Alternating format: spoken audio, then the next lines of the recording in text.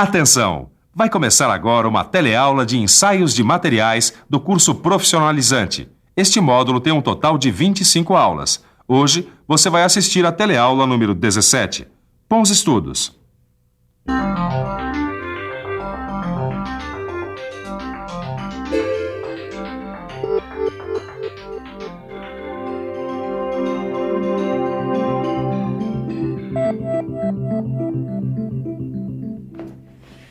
Oi, Ed, tudo bem?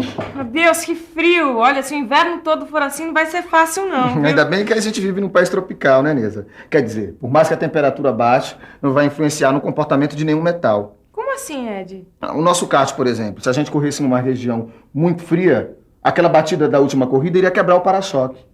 O que eu tô querendo dizer é que a temperatura influencia muito na resistência de alguns materiais ao impacto. E é isso que a gente vai ver na teleaula de hoje. Na teleaula de hoje, você vai ver como é a temperatura de transição e conhecer o seu gráfico.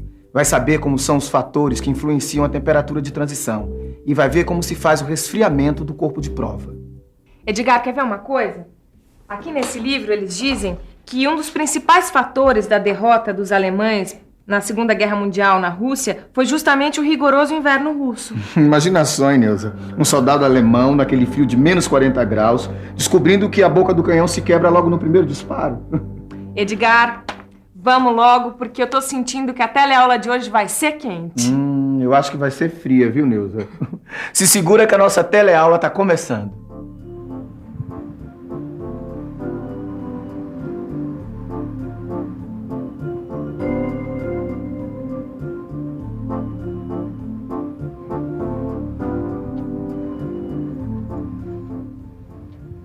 Bom, alguns materiais, como esses cilindros para gases criogênicos, trabalham em temperaturas de até menos 172 graus Celsius e estão sujeitos a choques. Por isso eles passam por um ensaio de impacto. É claro que esse ensaio de impacto vai ser realizado em baixas temperaturas, que é a condição em que o material vai trabalhar. Bom, no ensaio de impacto existe uma faixa de temperatura onde a energia absorvida pelo corpo cai apreciavelmente. E essa faixa de temperatura é chamada de temperatura de transição, que é o que o engenheiro Alfredo vai explicar para a gente agora. Alfredo, afinal, o que é a temperatura de transição? É a temperatura em que ocorre uma mudança no caráter da ruptura do material. Quer dizer, um material dúctil, na temperatura de transição, apresenta um comportamento frágil.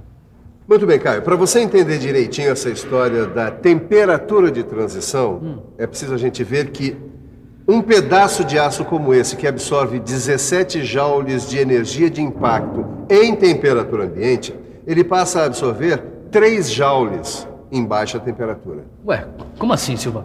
Pensa o seguinte, um aço absorve 17 joules de energia de impacto a 25 graus Celsius, que é mais ou menos a temperatura ambiente.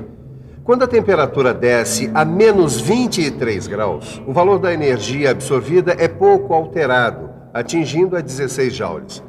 Mas este valor cai para 3 joules na temperatura de menos 26 graus Celsius. Como essa passagem não é repentina, na maioria dos casos ela é chamada de faixa de temperatura de transição. E é aí que a gente tem que ficar por dentro.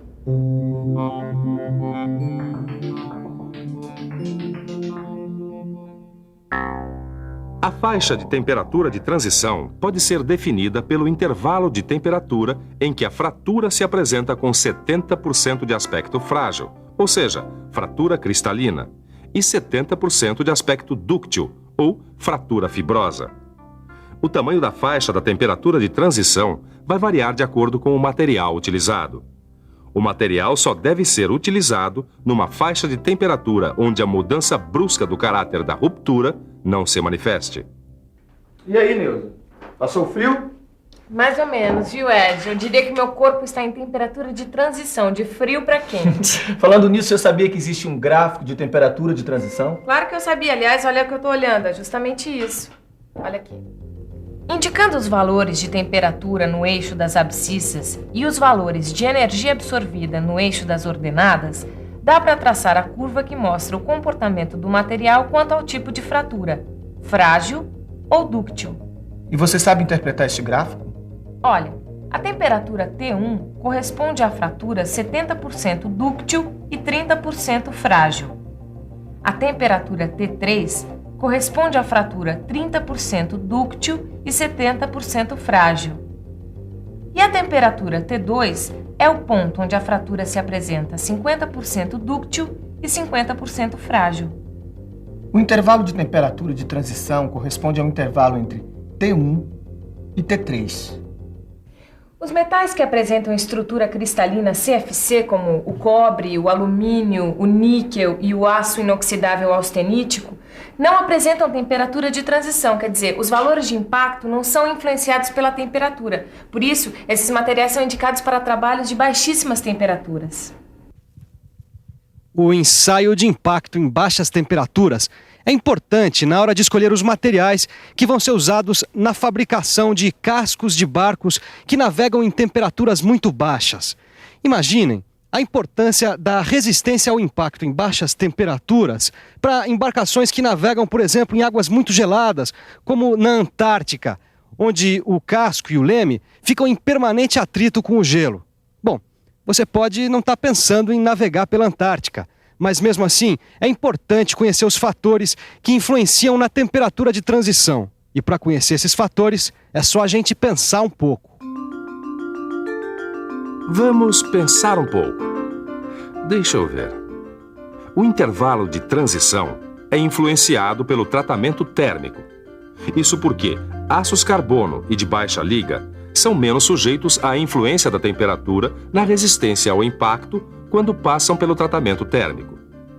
O tamanho de grãos também influencia a temperatura de transição, porque grãos grosseiros elevam a temperatura de transição e produzem fraturas frágeis, quando a temperatura é ambiente. Tem também o encruamento, porque materiais encruados tendem a apresentar maior temperatura de transição. A presença de impurezas, que fragilizam a estrutura do material, também elevam a temperatura de transição. A adição de elementos de liga, como o níquel, tende a melhorar a resistência ao impacto. Um mesmo aço, produzido por processos de fabricação diferentes, terá temperaturas de transição diferentes. E, finalmente, a retirada dos corpos de prova que interferem na posição das fibras do material. A retirada dos corpos de prova nos produtos siderúrgicos é especificada por normas internacionais. Já vi que o negócio é sério, hein? É sério mesmo. A região de onde eles são tirados e a posição do entalhe são de fundamental importância nos resultados obtidos durante o ensaio. Aqui a gente vê 3 maneiras de retirada e posicionamento do entalhe em corpos de prova Sharpie, retirados de posições diferentes de uma chapa de aço doce. Quando submetidos ao ensaio de impacto, esses corpos apresentaram 3 curvas diferentes.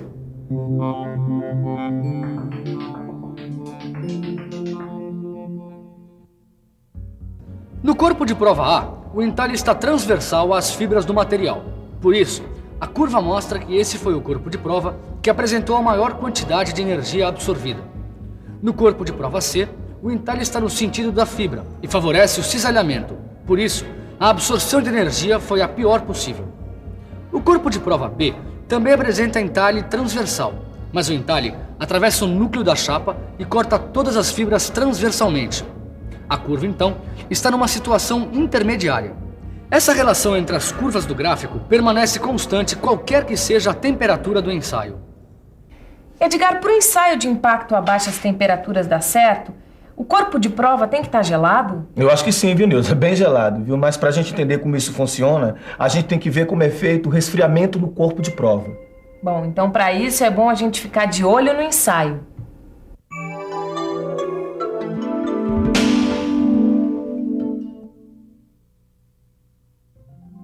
Os corpos de prova retirados para ensaio de impacto devem ser resfriados até atingirem a temperatura desejada para o ensaio.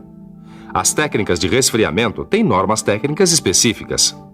Uma das técnicas consiste em mergulhar o corpo de prova num tanque com nitrogênio líquido por mais ou menos 15 minutos.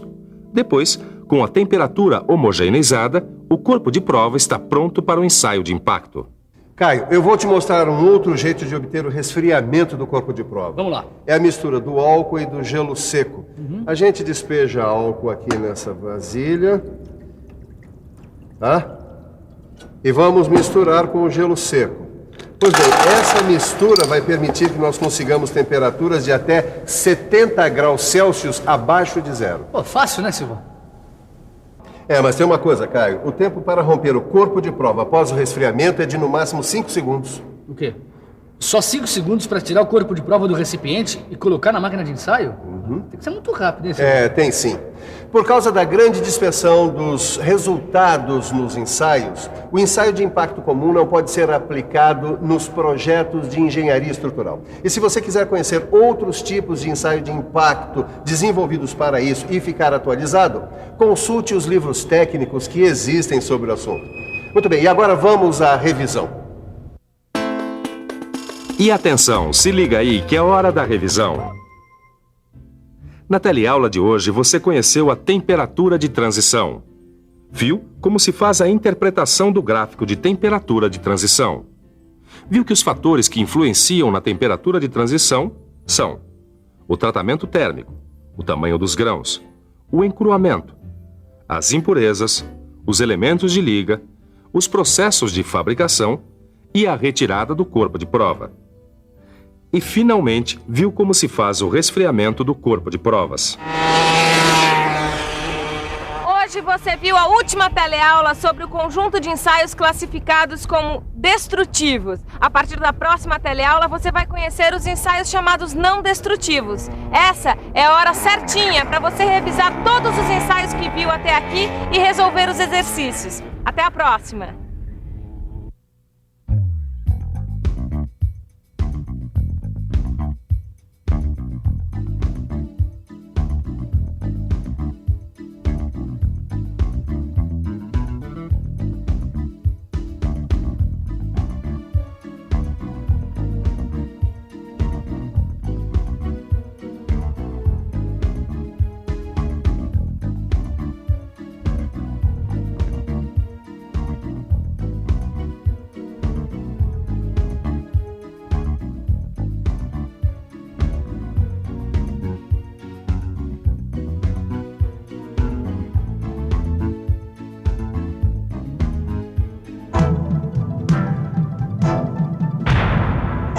Telecurso 2000, um programa de educação do Sistema Fiesp e da Fundação Roberto Marinho.